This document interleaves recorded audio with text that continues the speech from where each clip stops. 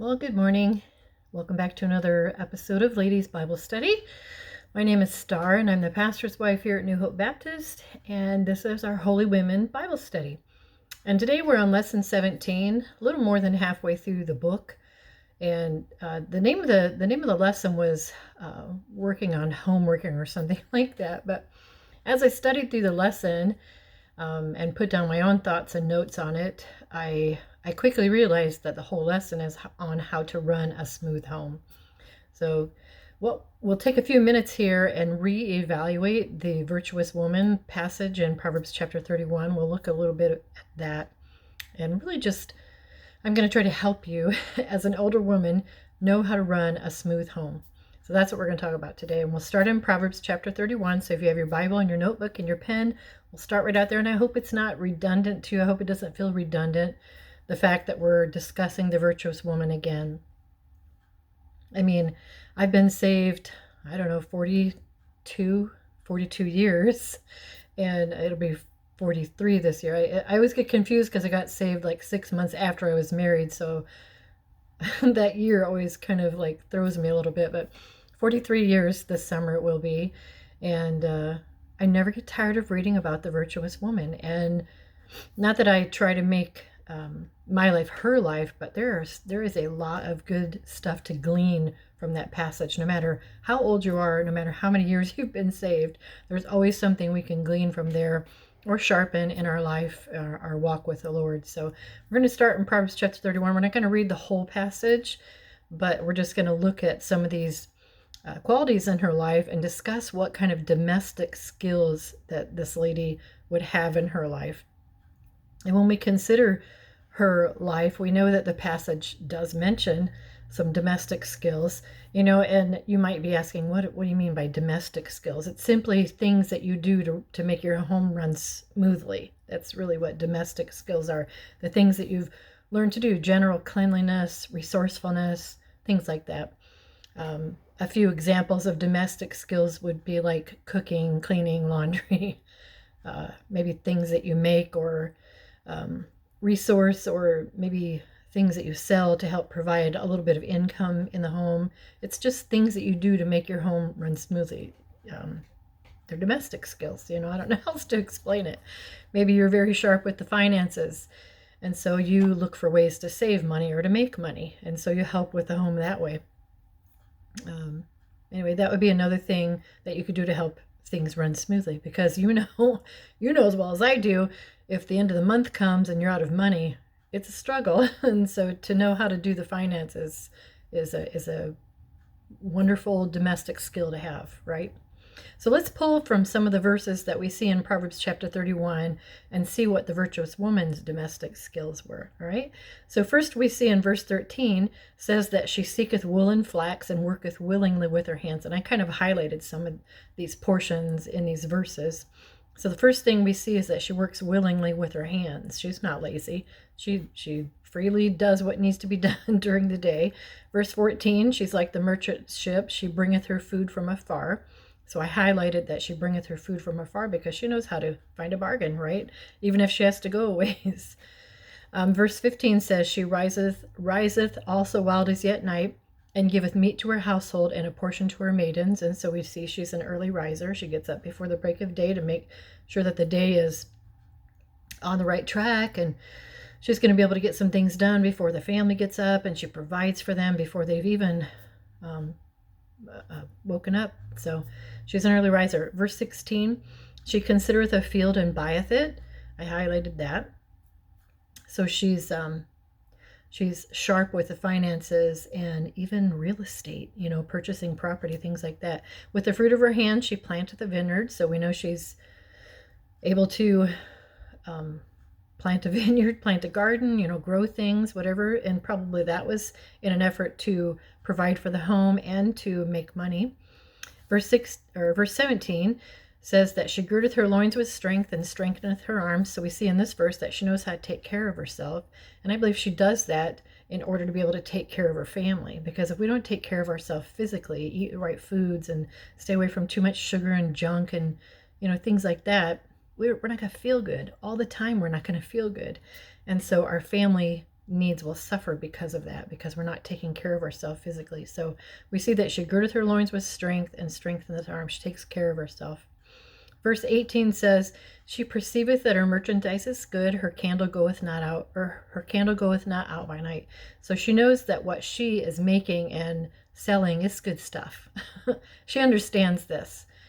Verse 19 says, she layeth her hands to the spindle, and her hands hold the distaff. So we know, again, she's busy with her hands. She knows how to sew, how to make things, Verse 21, she's not afraid of the snow for her household, for all her household are clothed with scarlet. So she's not afraid. She has no fear of the coming, whatever the weather is. She's prepared. If it's the hot summertime coming, her family's prepared with, proper gear and all that. If it's snow and foul weather coming, they're prepared for that. So she's been doing her work off season so that they would be prepared for the coming season. Verse 22, she maketh herself coverings of tapestry. Her clothing is silk and purple. So she knows how to sew, how to make things for herself. And again, in verse 24, she maketh fine linen and selleth it. So not only does she provide for her house, but she also makes things to sell, to supplement the income of the home there. And she delivereth girdles unto the merchant. And then verse 27, she looketh well to the ways of her household, and eateth not the bread of idleness. So we know she's not a lazy woman. She's a very, very industrious, very, just a go-getter of type of woman. And we know that her home runs smoothly because of that. She's industrious and not lazy. And we see that in verse 13 because she knows how to work. So if you want your home to run smoothly, you have got to have a good work ethic. And if you don't have one, start trying to develop one in your life, because if you have a husband and children, if you're hospitable and you have folks in, if you're busy in ministry life, you have got to get down how to make your home run smoothly, how to get stuff done, because there are only so many hours in a day. And some days it's like, well, all right, there goes my hours. Where did they go? And if we're not careful with our time, we're going to miss out on some really valuable opportunities during the day that the Lord has given you to get things done. So develop a good work ethic, and your home will run a whole lot more smooth.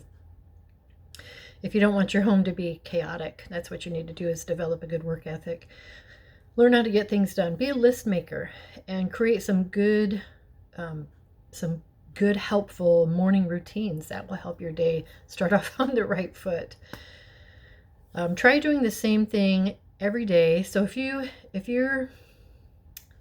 kind of a fly by the seat of your pants kind of person, and I have to be that way because I'm a pastor's wife and ministry life, sometimes you just have to be flexible. You might have your day down, on paper. This is what I'm going to do. 1, 2, 3, ABC. This is what I have to get accomplished tomorrow. But when tomorrow comes, that list might go out the window because something changed. And so you have to learn to be flexible. But as best you can, try to have a good morning routine, a good way to start your day, and that may involve having to get up earlier, right? Start your day a whole lot earlier than what you normally would start it. So try doing one thing the same way every morning. If you're not prone to having a good routine, the same thing every day, try starting this way. Do one new thing every day, the same way every day, one thing. And then after a few days or a week or whatever, when you have that one thing down pat, maybe the one thing you're going to start with is, I'm going to get up 30 minutes earlier every day, or an hour earlier every day, just to see if I can get some things done. So maybe that would be the one thing you would start. Then once you establish that pattern, add a second thing. And then after a few days or a week, add a third thing, and until you have a good routine down, where every morning you do the same thing. And these things are the things that will set up your day for success. So that's my advice to you for your morning. The morning is such a valuable time slot for you. You have to capitalize on it, especially if you have a husband and children. So set your alarm 30 minutes earlier, like I said, or an hour, and try doing that, especially if you have little ones that you wake up to and they demand your time like immediately. If that's your morning, you have got to have a good morning routine. So the waking up earlier would be a really good first healthy habit to create in your life, especially if you're not prone to early rising. Anyway, you'll be amazed at what you can get accomplished in that hour before the house wakes up. You will. You'll be able, as long as you capitalize on it and don't go sit down and just, fall asleep in your chair, you can get a lot done. But this is how my morning routine looks. It's not very exciting, but so my alarm goes off. I walk to the coffee pot because it's on the way to the bathroom. It's on the way to the bathroom. So the night before I go to bed at night, I always set up the coffee pot to be ready to brew when I get up in the morning. So I'll, put the grounds in, fill it with water, slide a little napkin beside it with a spoon for the sugar and the creamer and all that. So then when I get up in the morning to make the coffee, all I have to do is push the button. So I have done the, what do you call it? The brew cycle, like you can set the timer so it will brew automatically, be ready when you wake up. But there are some times, I'm just going to be honest with you, there are some mornings when I hit the snooze button. Like if I've had a really busy day the day before or a late night, and I'll hit the snooze button, and next thing you know, I'll be like, I smell burnt coffee. I can handle that. If I'm going to have coffee in the morning, it's got to be fresh, not sitting on the burner for 30 minutes. So I don't like the timer. Anyway, so I'll set that up at night before I go to bed, and so then I'll go do my business, and then I'll go around and open all the blinds, get my coffee because by then the coffee has brewed, and I'll go sit down with my Bible and drink my coffee and read my Bible. That's my morning, Then I'll, after that's over, then I'll take my shower, get ready for the day, go make the bed, etc., etc. That's the way my morning starts. So, and then once I do that, it's like empty the dishwasher, how your little things that you do every day. But I'm an empty nester. That's easy for me to do. I have the luxury of having my morning routine be the same day in and day out, and it might sound boring to some of you, but I like it. I like my quiet, like peaceful home, and I like to be able to do the same thing every morning, even though it sounds kind of boring. That's me. Your morning routine might look entirely different from mine. You might have a dog that's like barking its head off, wanting to get outside desperately to do its business, or you might open your eyes first thing in the morning to a crying baby, or to toddlers that are sharing a room and now they're arguing, or maybe your husband's overslept and he's late for work, and not only do you have to pack him a lunch, but you have to make his breakfast. So your morning might start out kind of chaotic if you have a big family. But one chaotic thing doesn't have to turn into two chaotic things. Two chaotic things don't have to turn into an entire day of chaos. It doesn't have to be that way. You have to regain, if your morning started out hectic, you have to regain control of the day. Or if you don't, then it will gain control of you and the whole day will just be a wash. So don't let your day, if it starts out that way, demand control of it and just do your best to get it back on the right track, Especially if your morning starts out chaotic, I'm telling you, the one thing that's going to get missed is your time with the Lord. So if that happens, slow things down, regain control of the day, and sit down and have some time with the Lord. Even if it's been shortened because of the chaotic mornings, take that time. Don't skip that most important thing. The devil's going to try to steal that from you, but don't let him take that from you. It's the most important thing that you'll do every morning in trying to manage your home and trying to make it run smoothly is your time with the Lord. So the virtuous woman, I know that this is a woman who's a good manager of her time. She's very well aware of time thieves, and we need to be too, especially in this day and age of techie stuff that it's like the carrot dangling in front of the horse, Our phones, our tablets, our laptops, just so many different things to feast our eyes on and to steal time from us. We need to be really, really careful. Those are huge ones. So rather than pulling up a video of some random woman, that's wanting you to watch her declutter her closets, or a video that's like, clean with me, that's the new thing. It's like, what? And I think there's even initials for it.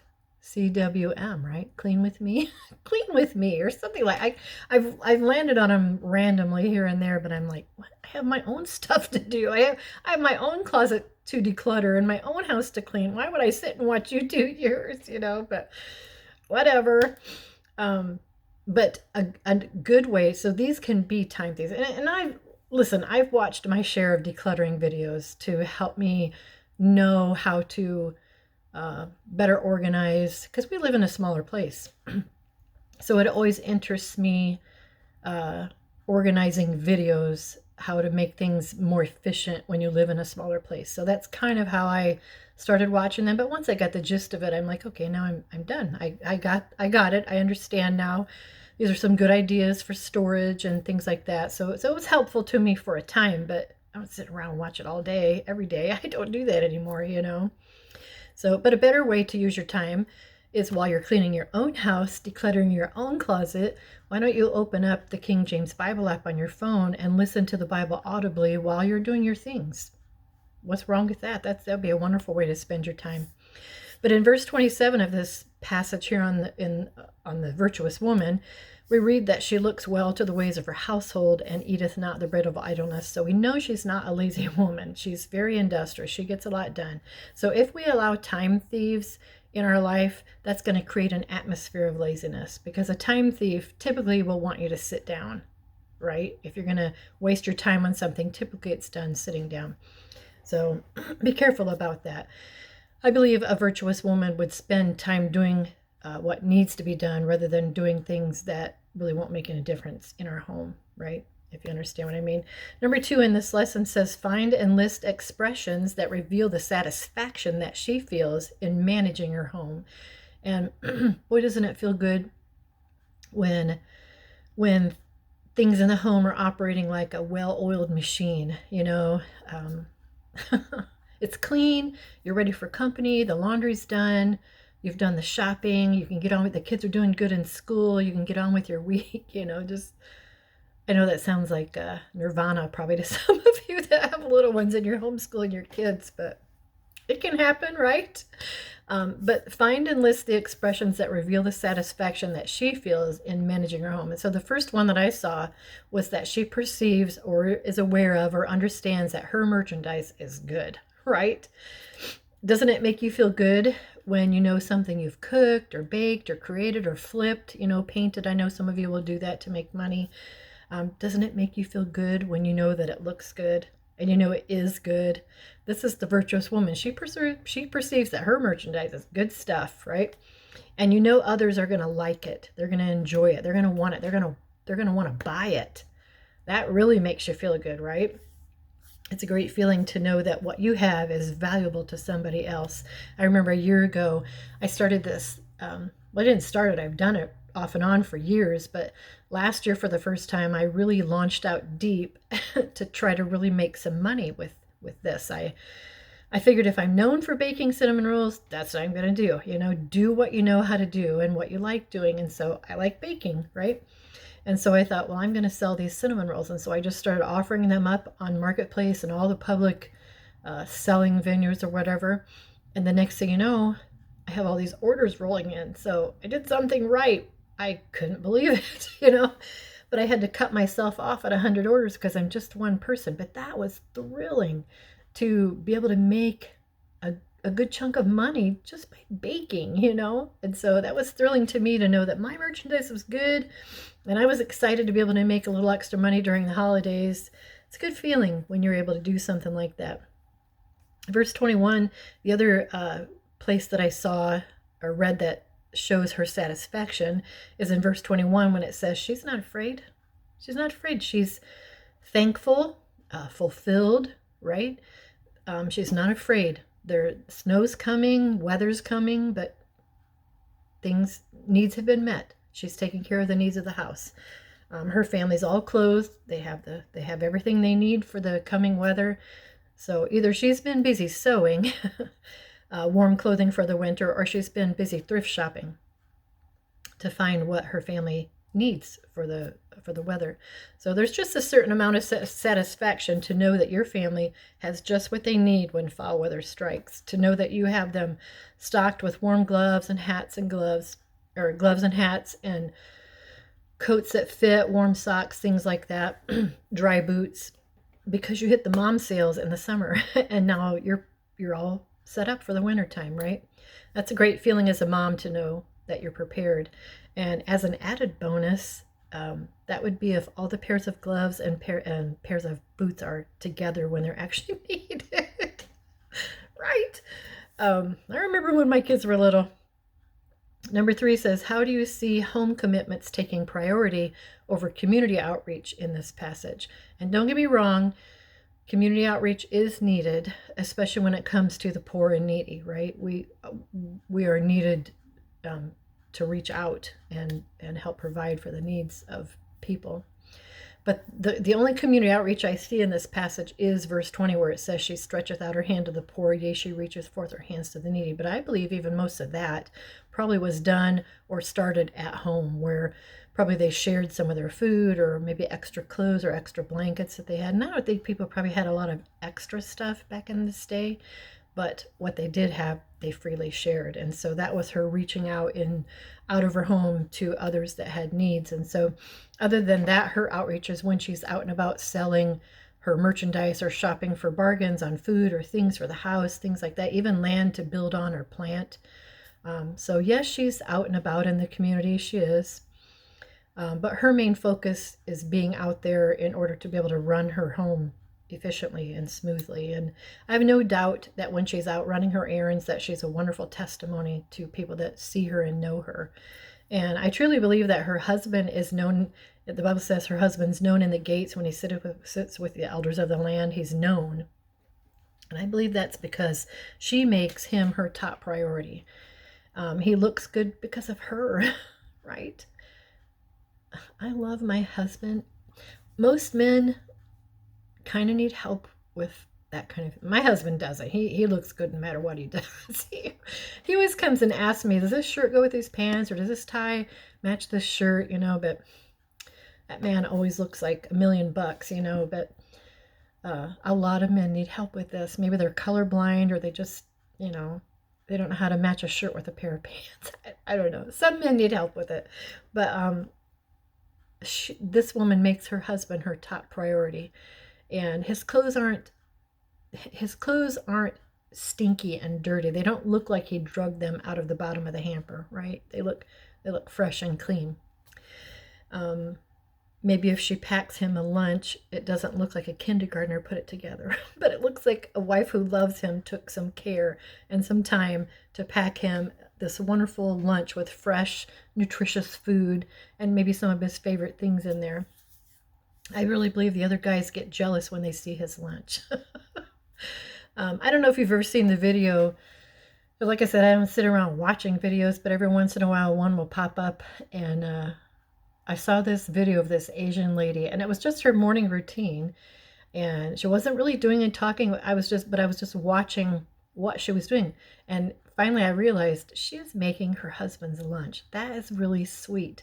And so she did it with such love and such purposefulness. Is that a word? Such purpose and such care.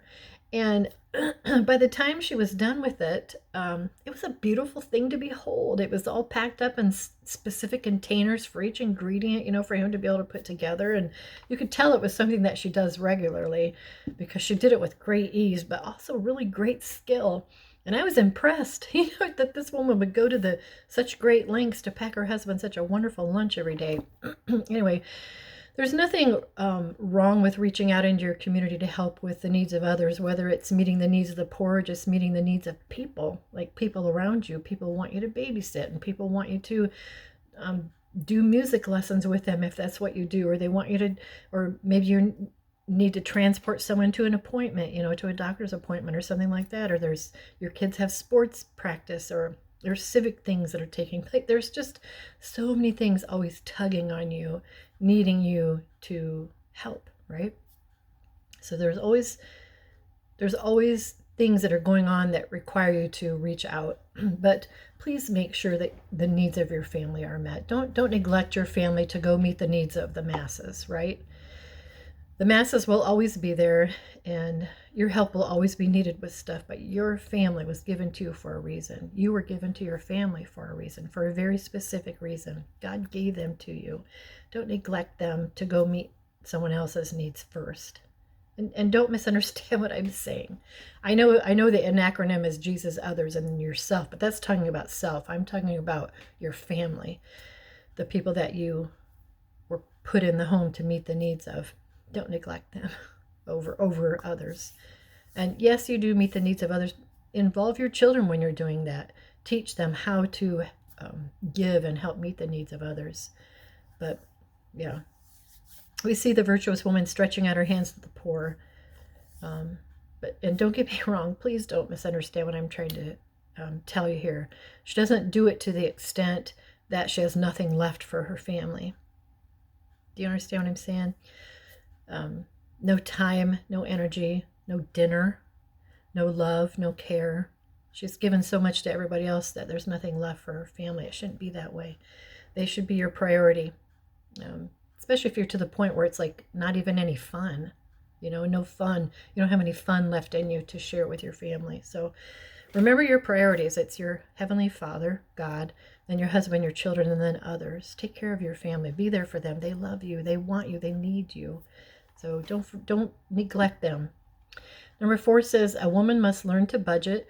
What are the dangers of buying items on credit? And so we need to go to Proverbs chapter 22, verse 7 and Romans 13:8 for this one. Proverbs 22:7 says, the rich ruleth over the poor, and the borrower is servant to the lender. And then verse 8, where am I here? Romans 13:8 says, owe no man anything but to love one another, for he that loveth another hath fulfilled the law. So, of course, the first part of verse 8 there, owe no man anything. Okay. So my father-in-law always used to say, don't get your needer and your wanter mixed up. Don't do that. There are needs and there are wants, but sometimes we get them flipped, right? We convince ourselves, I really need this $3,000 fridge. I mean, look at it. It has a computer on the front of it. Now, those are probably more, right? But there are needs and there are wants. But if you can help it at all, don't ever go into debt for either one of those, right? If it's a genuine need, take it to the Lord in prayer and ask Him to meet that need for you. He knows about it already, right? And then see if it's something that you can get used somewhere. Sometimes you can go to a scratch and dent place and get it for half of what you would pay for a brand new one. Or you can look on Marketplace, Facebook Marketplace. A lot of times you can find things on there similar to what you need. Maybe at a thrift store if you're into that kind of thing, and you don't mind having used items. That's been our life, and I love our home, and it's okay to get things used, like at a garage sale or a thrift store. You can find some good stuff there. But it saddens me to see young people who start off their marriage by maxing out a credit card to fill their house with furniture and all kinds of things, I would encourage you never to do that. But, even sometimes us older ladies that have been married for a while, even we get stuck in that frame of mind sometimes. We think, man, my refrigerator's so old. It still works, but it's old. And so we have this thing of we feel like we need a new one, but really we want a new one, Or maybe our dryer is kind of squeaky and old and I've had it for years. It still works, but, and we get stuck in the mindset that we feel like we need a new one, but we don't. If the dryer still works, just use it till it dies, right? That's been our way of life, and it's worked. But things like that are thinking like that is what makes us turn to buying stuff with a credit card, and we get stuck in that mindset. But as long as you owe money to the creditor, you're a slave to them. Proverbs 22 verse 7 says that you're a servant to them. So do your dead level best to buy things only when you have a legitimate need, and only when you have the cash to make the purchase, and only when there's room in the budget to make the purchase. See if you can get along without it for a while. See if that works. And I know there are certain times when we have to bite the bullet and something quits. Like if your refrigerator dies or your stove dies, your washer dryer, there are certain major appliances that we use that when they die, they have to be replaced. It's a need in the home, and we always smart for it, when the money's not really there, the extra's not really there to make the purchase. That's tough. I know it is. We've been there before, but most people don't usually have, this lump of cash sitting around with no purpose other than, if there's an emergency need. Not everybody has that. If you're smart with your money, you'll have a little bit in savings, a little bit of cushion to provide for stuff like that. But man, in this day and age, that's tough. Number 5 says, what are some hard lessons you've learned through budget carelessness? And we've never been ones to be careless with purchases. We every time we've ever had a serious purchase, it's been prayed over a lot and researched beforehand. My husband's really good about stuff like that, searching out things, that we need. He's very wise that way. But one purchase in particular, and I wouldn't call it a careless purchase. It was just something that happened, but it was a vehicle that we needed. And we did new for a while, but after several years of that, we thought, what are we doing? There's no need to have a brand new vehicle every couple years. There's no need for that. Constantly having a car payment all of your life, So we finally got out of that hamster wheel and started buying used. But we were in dire need of a vehicle, and so we found this beautiful. It was like not something we ever would have purposely looked for, but it came up. It was within the budget of the cash that we had on hand to buy this vehicle, and we looked at the pictures and we thought, man, this is almost too good to be true. It's this beautiful Cadillac SUV, just beautiful, silver, had the third row seating, this beautiful sunroof, just all the bells and whistles. Just, it looked too good to be true. So we went to look at this car, and when we got there,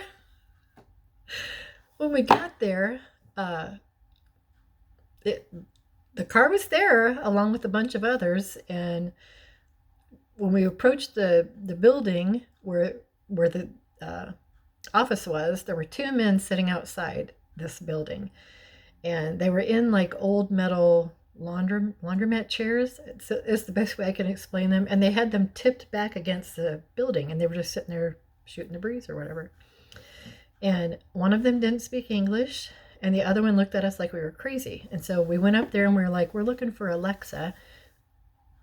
So we go in. This whole story to me is so funny. So we go into the office, and the woman behind the desk is standing there, and we said, we have an appointment to meet with Alexa. And she looks at the other woman behind the other desk, and the two of them have this private little snicker. And I'm like, oh my soul, there is no Alexa. There's no Alexa. So anyway, we get pointed to this woman. She takes us out to show the car. We look inside of it, and there was so much armor all in this car. We literally could have skied across the seats or across the floor mats. But we took it for a test drive, and we're like, man, this car is beautiful. It was immaculate inside, just clean, didn't have any smoke smell, no, not mold, but I can't remember the other. It didn't smell musty or anything like that, like it had been damaged in water. And so took it back. I can't remember if we brought it home for the night. I don't think we did. We test drove the thing, and came home. We prayed about it, and we decided to go back the next. They wanted to do some other stuff to it. That's what it was. And so we went back to get this car and had it for, I don't know, a week. And we drove it north to my brother-in-law's.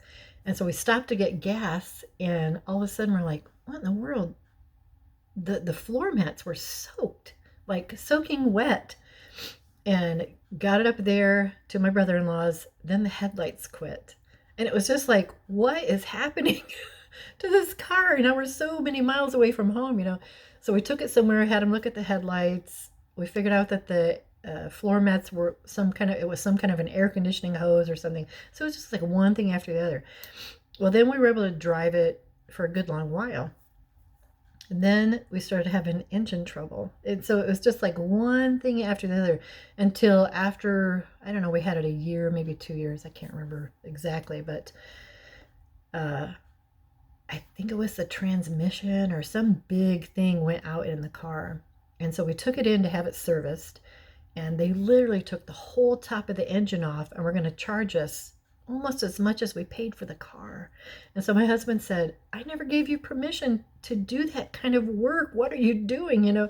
So anyway, it ended up that we got it fixed to the point where it was drivable. It still was a beautiful car. We sold that thing. We sold that thing, like got rid of it like a hot potato, But so it wasn't carelessness. That wasn't a careless purchase. I would call that more being victims and of being taken for all we were worth. There's a lot more I could say about that whole experience there at that car lot, but be careful with your money. Um, Pray about it, get good counsel. If you're not sharp with stuff like that, ask somebody to help you. Don't be don't be careless with your purchases, because those can be some really hard lessons for you. Number 6 says, what are some budget secrets you can pass along to others? And when I say this, please know that I'm not savvy with, I'm not some financial guru. I've struggled with things just like you have and do. But my number one thing that I could encourage you with is never, ever, ever buy anything on credit. Don't ever do that. Buy used if you can find it. Go to resale shops, go to thrift stores. Even if you're in a building project, there's a place called Restore that has lots of good usable things. Counters, cupboards, doors, windows, lighting. You can find all that kind of stuff at the Restore shop. So if you think you need something, this is my third piece of my third secret, not really a secret, but if you think you really need something, wait at least 72 hours. Don't make the purchase right away. Don't be an impulse buyer. Wait 72 hours, pray about it, do your research, then ask yourself, do I still feel like I need this item? Do I really need it? Can I get along without it for a little while longer? Is there room in the budget to make this purchase? How many hours would my husband have to work, or myself, in order to pay for this item? Like if this item is $200 or $300, is he going to have to work, 3 or 4 days? Is 3 or 4 days of work going to be required of him to pay for this item? And then decide if it's still worth it to you to make the purchase. So don't jump into stuff right away. Number 7 says, what role does attitude play in keeping the home, based on several verses? So we're going to look at these and then we'll stop here. But number 7, the first one is Proverbs 15:17, and that verse says, better is a dinner of herbs where love is than a stalled ox and hatred therewith. So in this verse we see that an attitude of hatred in the home can ruin the best steak dinner. A stalled ox is an ox that's been kept in the stall to be fattened, and usually that beef tastes really good, but according to this verse, the man would be better off eating a salad in a restaurant by himself, than sitting down and having the best steak dinner with someone who hates him, where there's hatred. Yeah, that's quite a verse, isn't it? Better is a dinner of herbs. And when I think of herbs, I think of something bitter, but really it probably just means greens and vegetables and things like that. So Proverbs 17:1 says, better is a dry morsel and quietness therewith than a house full of sacrifices with strife. So you might not have much, and what you do have might be meager, just a morsel, like the Bible describes it, but you enjoy peace and quiet with it. That's a wonderful treasure to have. The Bible says that dry morsel is better than having all the dainties your little heart could ever want and desire, and then having an attitude of strife, always quarreling, always arguing about stuff in anger, opposing one another. Love, I saw this quote and I highlighted it. I'm probably going to stick it in the flyleaf of my Bible. It says, love will sweeten a dry morsel, but strife will sour a house full of sacrifices. So always choose love. Love is much sweeter. Proverbs 21:19 says, it is better to dwell in the wilderness than with a contentious and an angry woman. Contentious, we probably use that word. I think most of us are probably familiar with that word, but it means given to angry debate, quarrelsome. And in this verse, it's referring to a woman who lives her life in constant anger. She's always upset about something. Do you know someone like that? Is it you? I hope it's not you. Easily upset. Every little thing sets her off. The Bible says that man would be better off living in the wilderness by himself than sitting at the table with a woman who's constantly ready for a fight over even just the smallest thing. Maybe the way you looked at her, the way you set that down, or the way you didn't pass that, or you didn't think about her when you did this or that, just everything sets her off. She's always upset. Nothing that he does is ever right in her eyes. She's always, always, I can't think of the word, always judging him, just always and the word escaped me. I can't think of the word I'm trying to come up with, but she's always debating with him over everything, and I was talking to my husband about this the other day, and I said, everybody falls prey to this. I probably debate with you about things, or I have in the past. And he said, no, you don't. You don't debate with me. So it was really funny. I'm like, look at us. We're standing here debating whether I've ever debated with you. And so he wanted me to tell you that we debated over that. I try not to. But I know there have been times when even if I've not challenged him openly, probably in my heart, I've wondered, I wonder if he's making the right decision. Yes, I'm made of the same flesh you are. Proverbs 25:24 says, it is better to dwell in the corner of the housetop than with a brawling woman and in a wide house. So brawling means quarreling, fighting, arguing, etc. It creates a lot of stress and anxiety for a man when a woman is like that, when he has a negative and argumentative wife. She's always against him, always opposing him. When you're constantly complaining, arguing, bringing insults, your husband suffers a great deal of stress and anxiety when you do that to him. And the corner of the housetop, that was the flat part of the roof outside. And if you were up there, you'd be exposed to the elements. And so God's saying that man would rather be cold and alone and uncomfortable up there in the elements than be inside a warm house with a wife who nags all the time and is constantly finding fault with him. So that was the thing I was trying to think of, constantly finding fault. Proverbs 27 verse 15 says, a continual dropping in a very rainy day and a contentious woman are alike. So here we see the word contentious again, means angry or quarrelsome. Did you realize that the Proverbs addresses women in anger so many times? God's serious about this matter of how we control ourselves and how we interact with our spouse and with others. Anger, foul moods, arguing, that should never be part of our life as a believer. It should never be part of our marriage. If we're trying to have a marriage that's pleasing to the Lord, those things shouldn't be part of that. Proverbs 25:28 says, he that hath no rule over his own spirit is like a city that is broken down and without walls. And we know that if a city has no walls to protect it, that it opens it up for attacks from the enemy. And so if we let our flesh have free reign in this area and we don't learn to control ourselves, control our spirit, not only will our own life be ravaged, but other relationships will be broken down and ravaged as well, not the least of which is your marriage. So learn to control that stuff. Learn to control your temper, your mouth, your attitudes, your moods, things like that. Get them under control of the Holy Spirit, right? Proverbs 22:24 says, make no friendship with an angry man, and with a furious man thou shalt not go, lest thou learn his ways and get a snare to thy soul. So God feels so strongly about this matter of anger that he cautions us to not even make friends with someone who has an anger problem. It's important that we as women learn to control our moods and our emotions so that we don't create an atmosphere of negativity and chaos in the home. We need to learn to control ourselves. Sorry, I had to pop off and grab my charge cord really quick. But the last verse we were looking at was Proverbs 27:15, and that was the continual dropping. And when I think of a continual dropping, I think of a dripping faucet in the middle of the night. How many of you could sleep through something like that? I couldn't. I'd be up trying to figure out a way to quiet it until my husband could fix it the next day. But sometimes those constant sounds, they can drive you up the wall, right? Like a continual dropping.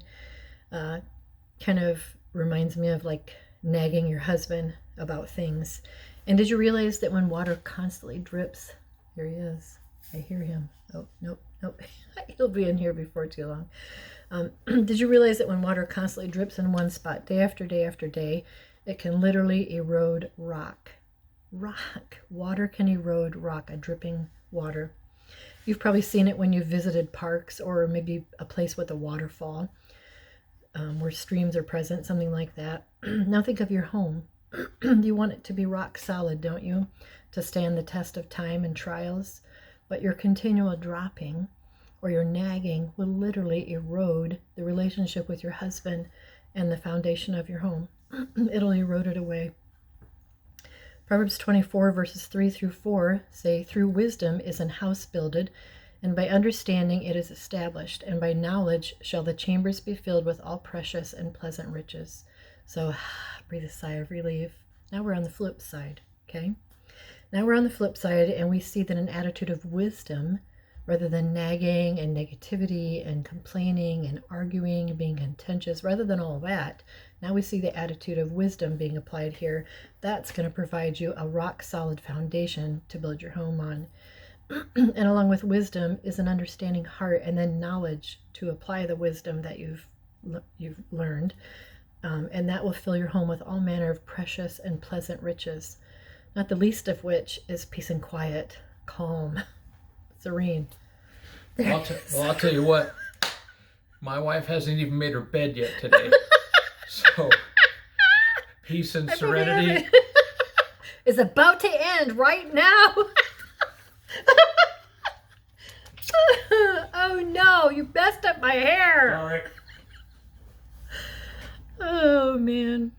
Trying to add a little bit of levity. Levity. Mm-hmm. I'm telling you, I'm made of the same flesh you are. Anyway, where did he messed me up here? Didn't mess me up. He always gets things jazzed up no matter what's happening. But it fills our homes with all manner of precious and pleasant riches, not the least of which is peace and quiet and calm, quietness, all the things that you want. Love, understanding, grace, mercy, forgiveness, all of that. All the things that make up a peaceful, lovely home that everybody wants. A home that will feel like a little piece of heaven on earth to you. If you struggle with anger, foul moods, maybe negativity, or constantly wanting to fight with your husband about things, there's no shame excuse me, in admitting that as sin and getting help for it. Seek help for it. I want you to have a peaceful, happy home, because it's the greatest treasure that you'll ever have this side of heaven, a peaceful, happy home.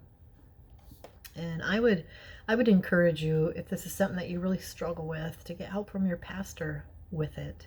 He would sit down with you and give you counsel to know how to overcome this anger issue in your life. Ask him to help you. God's already promised the victory over that thing. He won it on the cross when he died for you. So you don't have to live your life in defeat. There's help for you if you'll just receive it, if you'll just ask for it. I know many times it's women who suffer at the hands of an angry man, but I'm telling you, it happens the other way around many, many times. It's a man living with an angry wife that just makes his life miserable. Neither one of them is right, but it happens just as much with the woman being the one that's angry. So please just ask for help with it and start working on having that peaceful, happy home that everyone so desires. So that's all the time we have for today. We're going to stop right there. I'm sorry I went so much longer, but I thank you for joining me today. I hope you'll pop on next week and pick up with the second half of the lesson on how to run a smooth home. Right? That's kind of the better description for this lesson. It's how to run a smooth home. But I love you all. Hope you have a wonderful rest of your day. Hope you look for someone to be a blessing to, especially your husband today. But the things that we talked about today, I always try to keep in mind that not everybody who watches this lesson might have a spouse. Maybe they're not married, or maybe they were married and now they're a widow. Maybe they're just a young lady. But these things that we talk about in here, these issues, work with other people as well. So if you have an anger problem and maybe it's your coworkers that suffer because of it, or maybe your husband's gone, but you have children and grandchildren or in-laws. Do you know how many mothers-in-law I know that have gotten involved in their children's lives and made them miserable because they were so negative and so nitpicky that they've literally almost ruined the marriage of their children and their in-laws? So it applies to everybody. This stuff that we talk about, it can be helpful for anybody. So that's all the time we have. Hope you have a wonderful rest of your day, wonderful rest of your week, and look for someone to be a blessing to, and look for someone to give the gospel to. Thank you for joining me, and I'll see you next week.